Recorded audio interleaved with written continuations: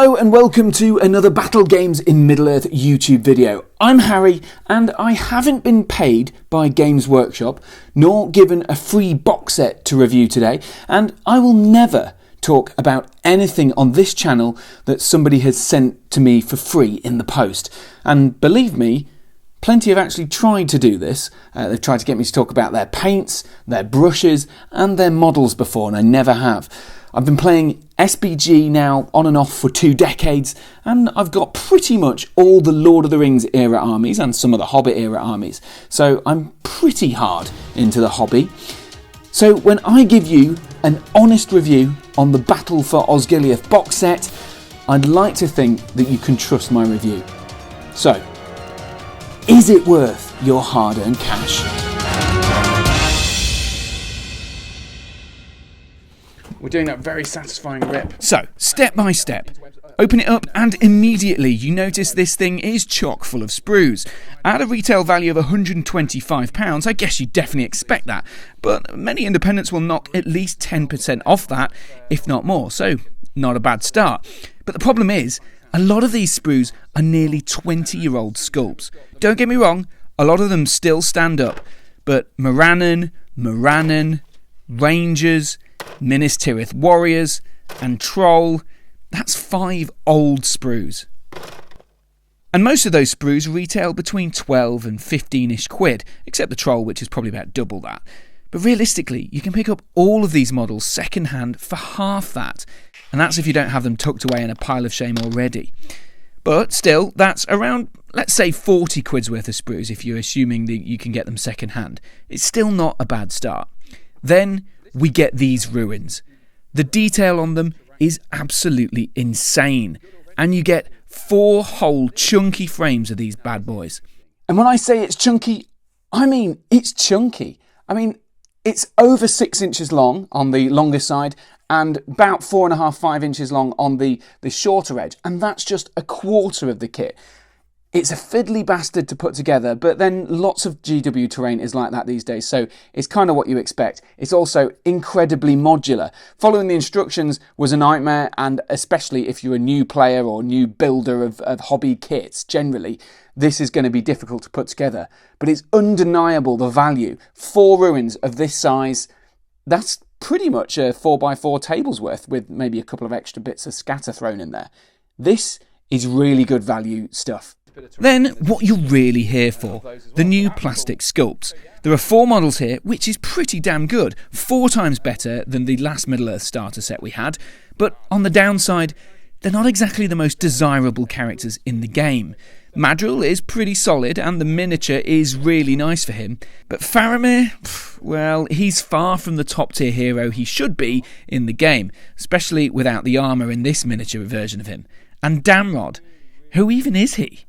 But the sculpts are without a shadow of doubt among the best GW have released for the range so far. There's real dynamism to them and the likenesses are fantastic. But I must say, the models are a fiddle to fit together. I've been building toys for 20 plus years and trying to work out where Faramir's left leg went really frustrated me. This definitely isn't a set a 10-year-old is going to pick up and be able to assemble easily. But then, I'm pretty sure the target market is someone who's already got some experience of the hobby, so perhaps that's not much of an issue. After all, the Lord of the Rings itself is 20 years old. Not many 10-year-olds are going to be that bothered. On to Gothmog now, and he is awesome. Much has been made of the Warg's dangly bits, which does generate some titters, but it's testament to the level of detail here. The Warg is glorious. The face of Gothmog is perfect, and the posing is absolutely spot on for when he's inspecting troops on the Pelennor fields. But there's another slight issue. Gothmog just doesn't seem to want to stay on his Warg. It's been cleverly designed so he's removable, and the Warg doesn't look weird if he dismounts because of the way the straps are designed, but he just doesn't stay in situ. It means blue tack may be required, or even gluing him in place, which kind of defeats the whole point of having a nice sculpted Warg beneath him. So you've got the 4 ruins there, which I'd say is easily worth 35 quid. I mean, the Dol Guldur ruins are worth more than that for several more, and these are definitely better than a lot of the Age of Sigmar or the existing Osgiliath ruins, so definitely worth more than 25. maybe not as big and fancy and detailed, I suppose, as the Dol Guldur kits, but very nice, very modular. Certainly a high level of skill required, I think, to assemble them. And then, of course, you've got the 4 new plastic heroes. So Gothmog, easily up there with the kinds of heroes that GW are releasing at the moment. Your Airmares, your Dernhelms, the plastic heroes, of course. They're all about 18 quid. Elrond is somewhere like 22, and that comes with a free banner. So it feels right that this is somewhere in the region of 20 quid. I think that's good value. I'd happily pay for this new Gothmog. Then there's the new 3 Ranger heroes. It's hard to say that I would go out and buy these if it wasn't for them being included in this kit. Yes, they're nice models, they're lovely models, but are they the sorts of models you really actually want in the game? Probably not. I mean, Damrod, who even is he? So I'd say these are okay heroes, but they're definitely not worth much more than 15 quid. 5 each, I'm happy to pay that. Any more, I'm not going to pay that. So I'm going to value them at that, because that seems fair. Because the completist in me would think they are nice models. They are probably worth adding to my collection for painting at some point. There, by my maths at least, including the first £40 that I valued all the existing old sprues at, we've hit the £100 mark. That's not bad, which you can definitely buy this box set for if you scour the internet and go to certain independent gaming stores. You can get this box set for 100 quid.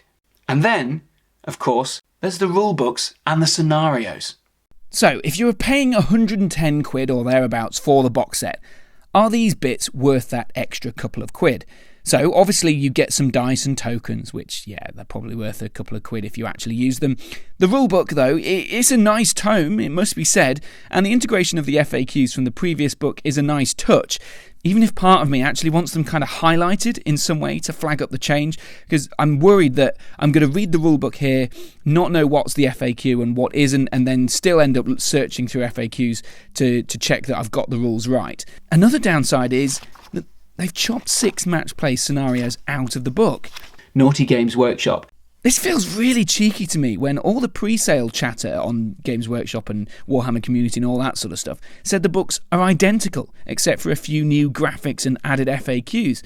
It essentially means that newbies are going to be more likely to want to buy the pack of scenario cards or the match play guide, which, to be fair, are good purchases. It just feels less valuable to newer players now, and it feels like we've been lied to.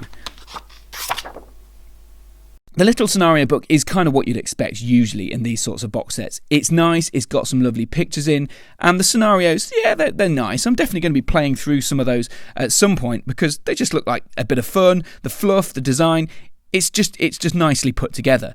But, I mean, they are really well and truly for beginners, and you're unlikely to get much repeat gameplay unless you're teaching someone the game. So, on balance, the rulebook is probably just about worth the extra amount of money that you'd have to pay to get it in RRP or whatever it is. An extra sort of tenner, maybe. I'd say that's worth it for a brand new shiny book, to have the FAQs inbuilt into the book rather than have to check the internet. Although it is frustrating to think, has this been FAQ'd or is it already in the text of the book? It'd be nice to have a differential to know which is what. And of course, the lack of 6 of the scenarios feels a bit of a cheaty thing to do. Naughty Games Workshop for newer players. But if you're an older player with a match play guide, you don't really care anyway, so it's not a big deal. So, crucially, is this worth it? Is the whole box set at £100 or 110 or whatever it is you pay for it, is this going to be worth it for you? Well, the answer is it depends.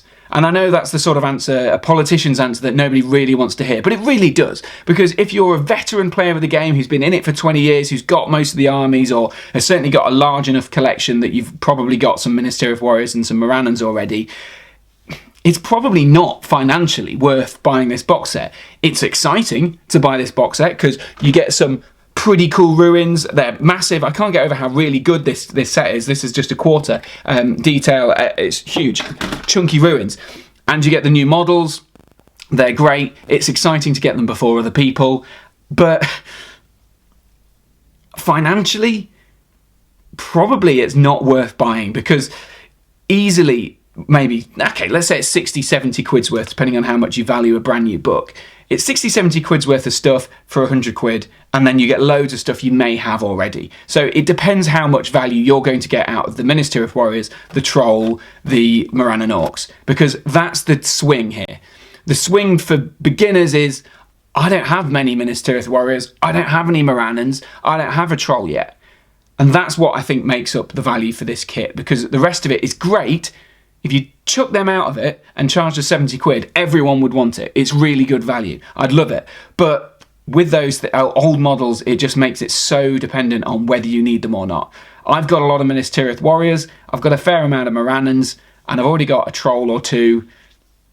Do I need it again? Probably not. But I can just whack it on eBay or on Facebook Marketplace, make 30 quid back, and then I'm probably a happy boy. So, on balance, it's probably worth getting, but that's definitely a qualified approval rather than a wholehearted approval that I've definitely seen some people on the interweb saying. So, thanks very much for watching this video. It's been a different style. I don't really do reviews on the channel, but what do you think? Let me know in the comments below. And if you like it, you know, and think you want to see more of this sort of stuff, hit the subscribe and maybe support me on Patreon. Patreon is a subscriber thing. You get merch for the Entmoot podcast, which I also do, and also there's a prize draw pretty regularly once every month or two, which you can get vouchers or new Forge World stuff or whatever. So lots of exciting things coming on the way if you want to support the channel. There's also an affiliate link in the description below. So if you do want this Osgiliath box set, do buy it through the affiliate link, and you send some coins back this way as well to help me improve the channel and invest in more stuff and carry on hosting podcasts and things like that. So thanks very much for watching. I really appreciate your time. Boo-ra-rum.